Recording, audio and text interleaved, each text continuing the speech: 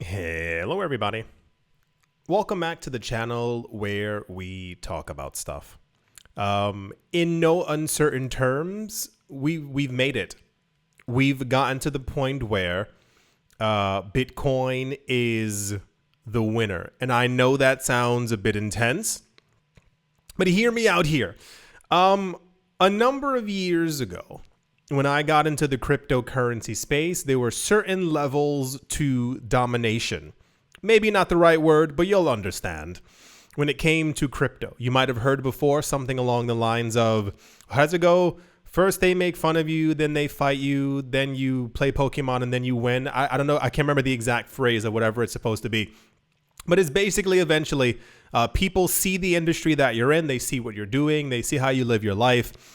They will make fun of you because they're saying that you're making the wrong choice. They will at some point try to fight you and very much push back at you. And then eventually you win. One of the things that stood out to me the most was the idea of the sequence of events that would take place in our life as Bitcoin was maturing to become the asset class that it currently is and is going to be even further over the next 15 to 20 years. And it revolved around the steps that would be taken. So we knew and have already seen the make fun of you part. I was there. I remember watching it on TV. I've mentioned before, for those of you who missed it, a number of years ago before I really got into the market. I remember seeing people on TV talking about Bitcoin. It's terrible. It's being used by criminals. It's being this. It's being that. The next step from that was like they ramped it up. And this is when we had a lot of central banks talking negatively about Bitcoin. And that's when I kind of jumped into it. If something doesn't bother you, you don't talk about it. It's like a lot of times when we've had these millionaires and billionaires. Imagine taking time out of your day. Imagine you don't like cucumbers, don't like tomatoes, and you sure as heck don't like, I don't know what else is there, water. I don't know. I was looking on the table, there's a glass of water. And you make it your thing every single day to talk negatively about cucumbers. Every single chance you get, your friends are talking about going on a trip to Tokyo, and you're like, freaking cucumbers. I can't stand when they look at me, and everyone's like, you okay? Yeah, I just don't like the way that they look. And you keep doing this over the course of multiple years, and it kind of escalates. Even your boss starts talking about it. I'm like, what's wrong with cucumbers? That same exact thing happened with Bitcoin, and I think it was the opening for a lot of other people as well. When you hear these millionaires and billionaires and these banks and these central banks really talk negatively about it. There was a podcast a number of years ago, forgot what it was called, forgot who was on it, but it was this guy from Africa. And he was saying that he was the guest on the podcast. He was saying that his government was talking so negatively about Bitcoin that he was like, what is this thing? Why are they putting so much effort into telling millions of people not to actually get into it? He found out what it was, and lo and behold, it's something that could indicate freedom for his country. And that's what he was like, that's why they didn't want us to get into it. The other part is low levels of adoption. So it kind of ends up being me, you, bunch of mom and pop shops, some smaller companies also getting into the space. The next step actually, and it's a huge, gigantic one as all the dominoes are falling down. It's actually nation states getting into the space. This is why you've seen me in the other videos, either ranting, raving, or flailing my arms as I do in many videos, discussing the importance of countries getting into the space. So I know we have a lot of new people here. Hello, I see the new subscribers. For those of you who need a bit of a rundown for everything that's been going on. Around 2018, we started hearing that apparently there were a number of countries who were getting into Bitcoin. This was confirmed, I want to say in 2019, when we heard that there were 3 countries who had gone to the IMF, the International Monetary Fund, to basically tell them that they were going to be issuing bonds against Bitcoin. So the governments themselves didn't have enough money, and they said, we need to raise money in some sort of way, and we're going to do it with Bitcoin. That was body slammed into the ground quicker than you can say cucumber. We had nothing but nonstop news from the International Monetary Fund urging other countries to not touch Bitcoin, don't get near it, don't invest in it, and sure as heck, don't issue any bonds against it in your country. That was the point where I was like, those are the three who came forward to actually say something that we found out were actively trying to do it. And I was like, how many other countries are there? That's when we started getting news that apparently El Salvador was also going to adopt Bitcoin. Then we heard about the Central African Republic, and was it Honduras? I don't remember. There was some other country that we also had rumors of as well. This was also around the same exact time. This was one of my favorites, where we had rumors. So actually, I think it was one of the former economic ministers of Russia. I say former because I assume who announced one day on TV that the country was looking to like get into and buy Bitcoin. Like they were looking at it. They were going to allocate a certain portion of the country's funds at the end of the year, the leftover money into it. And that was major news. I remember making a video on it. And then the next day, this man went on TV and was like, "Bit what? I've never heard of that." And I was like, someone texted him and they were like, "Shut your mouth. You shut your mouth immediately." So this is I was like, okay, cool. We got news around 2021, I want to say, that apparently a number of countries who are currently under U.S. sanctions, which has also been a major player in the news that we've been getting, that basically countries who have been under the weight of the U.S. dollar are tired of it. And apparently they were working together to actually use Bitcoin amongst themselves. And then we heard there's some Middle Eastern country. I can't remember exactly which one. Don't remember. They were in the news. If you Google country using Bitcoin import-export, you'll find it. And the news was that country is actually using Bitcoin as a means of payment with other countries for imports and exports. And I was like, one country's interesting enough, but those imports and exports are going and coming somewhere. They're not just like, they're not swapping it with themselves. So who are the other countries? And I don't think we got a clean, clear and cut answer on that. The last satoshi in the coffin, I don't know. Why can't I speak properly today? Actually comes from the idea of pension funds. It's not the most exciting thing in the entire world, even though it should be. Everyone should be preparing for retirement. However, 99% of people don't care for them. I remember mentioning them in other videos and everyone goes, "Oh, wow. Oh, that's awesome. Yeah. So what's happening with Bitcoin?" Retirement is actually happening with Bitcoin. We had news and have had news, especially since the beginning of this year. There are a number of states within the United States who are actually trying to look towards maybe, wink, adding Bitcoin to their, not treasury fund, but to their like pension fund for the actual state. This is gigantic for a number of reasons. If you've ever looked at a retirement account, a retirement fund, a retirement ETF, whatever name you throw inside of the hat, there's one simple trend. They only invest in things that are that they see longevity in. You as a retirement account maker are not going to be like, well, I'm going to invest in this one thing that I think may do well for a year and a half. It's far too risky in essence. You buy and hold assets that you think are going to appreciate in the long term. Keep this in mind. Keep really all of this in mind. This is why I said that institutions, the BlackRocks, the Fidelities, have gotten in now at this exact time. A lot of times the perception is, especially if you, I guess maybe haven't watched documentaries, I don't know exactly what to throw inside there, is that rich people kind of stick to themselves, which is a complete lie. Rich people hang out with other rich people who hang out with other rich people who hang out with people who run countries. And when we, the public, get news, when we get the news that Bitcoin is going to 100,000, that Bitcoin is going to $500,000, that Bitcoin at some point is going to be worth $1.2 million just based off of simple supply and demand. Understand that.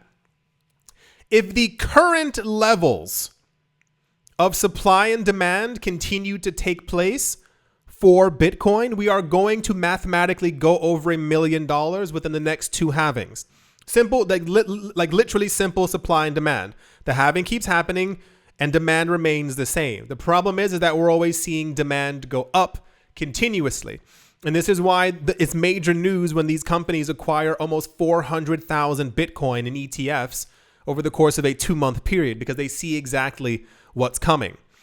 You can't assume that when we hear that these ETFs are gobbling up all this Bitcoin, that Bitcoin's going to $1 million, Bitcoin's going to $10 million, that the governments are going, sounds nice, but I don't really want any of it. No, they have conversations with these banks and these institutions. Why are you in Bitcoin? What are you doing? Can you explain to us exactly what's happening? And they tell them, we're going to make a lot of money from this. We're going to become like trillion-dollar companies based on our allocation into this new asset class. You have to understand that, like, if we are privy to this news, the world leaders have known for a while, and we all know that a lot of them have been in the space since around 2014. And this is why, once again, the US government is holding over 200,000 Bitcoin. Over 200,000 Bitcoin. It did that little I wish you could see my camera. It's so weird. It has this thing where like if I'm making a video at some point, it like shutters off and I can't tell what it looks like. Anyway, the point is, when this news popped up, I'm glad that it was relatively popular. It was not the most popular news that we had out there. Heaven knows, every time that Elon Musk wears a t-shirt, you think I'm joking. It ends up being some of the most popular cryptocurrency news depending on what's on his shirt. So imagine my surprise when something about a pension fund actually made it into popular news. It appears that, according to the news that we've received from Bloomberg, that the Japanese government's pension investment fund, or the GPIF, they're the largest pension fund on the planet. Largest pension fund on the planet. Did everyone hear that? The largest pension fund. You know why that's interesting? Because when it happens at the top, it happens at the bottom. There's a trickle down effect that other people see. Why is the Japanese government doing this? Why is the world's largest pension fund buying Bitcoin? We were told that Bitcoin's absolutely terrible. Remember when we got the news 2 years ago that Florida, Texas, I think it was Arizona, and also Brazil, multiple cities in Brazil you can Google it, are buying up Bitcoin for their state funds. They're buying it as a hedge against the US dollar. That seems kind of weird. Why would they be doing that? The Japanese government's pension investment fund has announced that they are looking to allocate some of their money into, it's not cucumbers, it's Bitcoin. That's why I said we've made it. Like, we've won. Do you understand what it means for one of the largest economies on the planet to even think of allocating $1 into Bitcoin into their pension fund? The pension fund is for people who have retired. For those of you who haven't paid attention to the trend, people are getting older. Technology is getting better, as is medicine, as is science. The issue is that people are getting really older. And it's expected, for those of you who don't know, I watch a lot of science documentaries and stuff. It is estimated that kids born right now will live to be over 150 to 200 years old just based off of current technology. Like, literally born right now. The estimate for us is that we will probably be able to push into the 110s and 120s with relative ease as technology continues to get better as well. And of course, in 40 years, it's expected to also exponentially rise. This means more people who have retired, more people who are older, more people who need care for a lot longer. The reason why you hear stuff like about Social Security and other systems like that, like running out of money, it's going to sound a little dark. It's because governments weren't expecting people to last this long. So the idea was you retire at 60 or 62, and then by 65, that's the way that it usually was. So when you hear all these news stories of people living to be over 100, and Japan, I believe, has one of the oldest populations on the planet, why would their country's pension fund be looking to allocate money into Bitcoin? because the prospectus for Bitcoin over the next 20 years is tremendous. It puts us at between a $10 to a $50 million Bitcoin. What happens with a $20 million allocation into that asset class? How rich does that pension fund become? Very fascinating.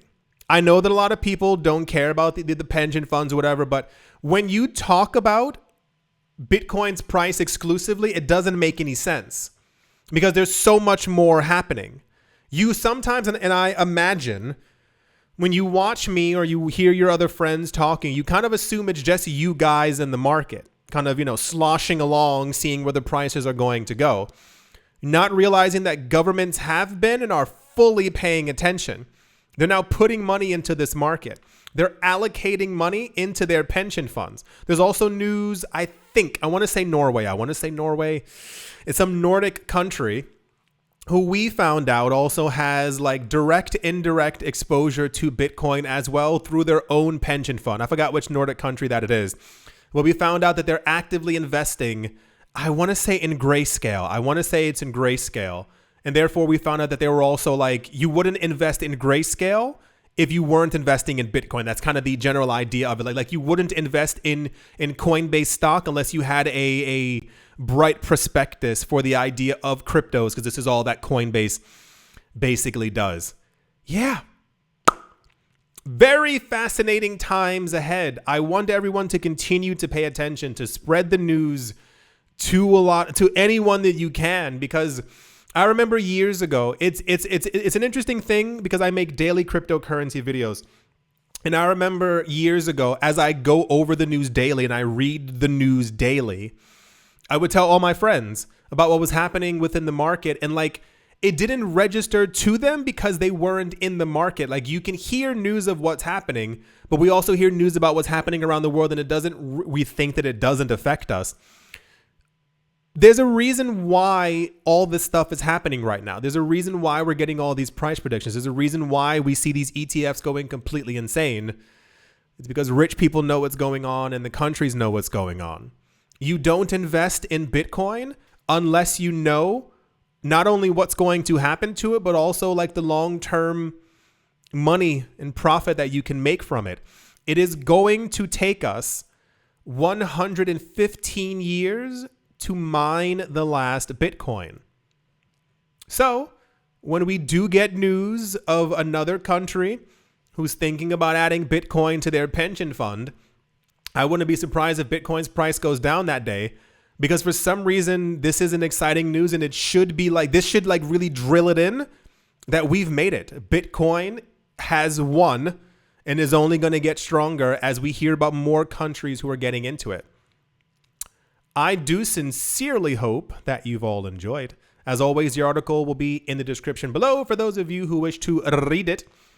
I hope you've all enjoyed. I hope you all are having a great day, morning, afternoon, evening, wherever you are, wherever you might be. I do hope it's absolutely fantastic. Thank you all once again for watching, listening, liking, commenting, and supporting. And I will most certainly be talking to you all soon. See you.